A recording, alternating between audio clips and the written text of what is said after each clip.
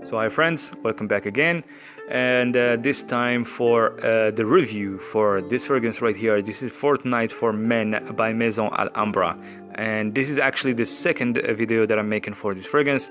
This is the review, and the first video was the unboxing and first impressions for this fragrance. You can find the video down below in the description box, or you can browse in the channel until you find that video if you're interested in seeing the detailed unboxing and the presentation and first impressions, etc. Anyways, let's get straight to the point for the review and my final conclusion about this fragrance. All right, let me put it this way. I'm not saying this fragrance is bad, but I would rank it in the okay section for fragrances. Yes, it is a cheap fragrance, of course. Most of the time you get what you pay for, but sometimes there is some cheapies that really blew my mind, especially from this company Maison Alhambra. There were a few other ones that really impressed me, like for example Amber and Leather by Maison Alhambra, and it's a fragrance that I did a review unboxing for it. You can find that video in the description box as well. That fragrance really impressed me so much. It's very similar to Ombre Leather by Tom Ford. If you're interested in the video, check it out in the description box. But anyways, back to our subject for Fortnight For Men. And yes, the resemblance between this fragrance and Fahrenheit by Dior.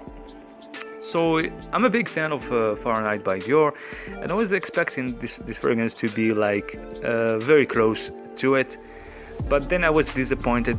I'm not basing my disappointment for this review, but I'm gonna tell you my honest opinion about it. This one, Fortnight For Men, is definitely lacking a lot of things that Fahrenheit by Dior has. And I would say Fortnight For Men is more like a watered down for Fahrenheit. It is also more like, how do you say it, toned down, especially when it comes to that gasoline type of note.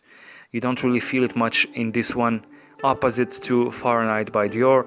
And also this one also lacks a little bit of the, I would say, the leathery animatic accords.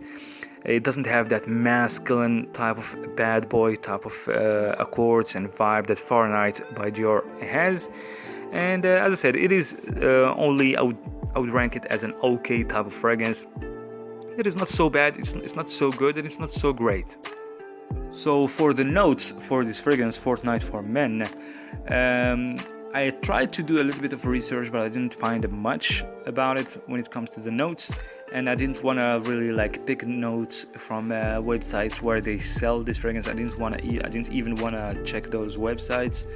But in my opinion, this fragrance definitely has lavender, cedar, definitely bergamot, and some lemon. Also, there is a presence of definitely a presence of violet leaf, but not really that type of violet leaf that you might find in your Fahrenheit. Also a little bit of sandalwood and jasmine, and there is like a slight, I would say slight hint of leather and patchouli when it comes to the base, and maybe a little bit of amber as well.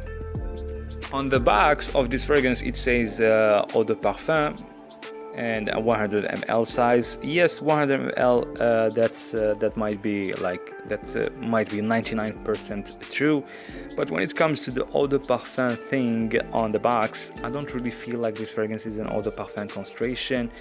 Maybe this is, I'm just saying, maybe this is just a type of marketing when it comes to fragrances. Sometimes a company would put the words eau de parfum to get people to buy the fragrance, especially because there is a lot of people that for some reason they hate on the words eau de toilette for whatever reason they believe in. And yeah, I mean, this fragrance doesn't really have that density, that doesn't have that, how do you say it, doesn't have that rich character that an eau de parfum fragrance would have. This feels more like an eau de toilette to me, in my opinion. And when it comes to the longevity and the performance, you might get like 4 hours, 5 hours with this fragrance, with with an okay, like a medium type of projection for like the first 45 minutes to 1 hour. And yeah, the longevity, the performance of this fragrance is not really the greatest. I would say it is medium. I would give it like a rating of 6.5 out of 10. And when it comes to the age range for the people that want to buy it, I don't really recommend it for young people. This more has it's more on the mature side. Yes, kind of like the OG or the authentic Fahrenheit by Dior. And when it comes also to the versatility, I don't think it's that versatile. I don't really see it for the summer. You can wear it for like the fall or the spring, maybe sometimes in the winter, but I don't really see it as a winter fragrance or even like a summer fragrance. For the price, once again, as I said in the first video, you might find it for $16, $18, sometimes much less than that, and sometimes a little bit more.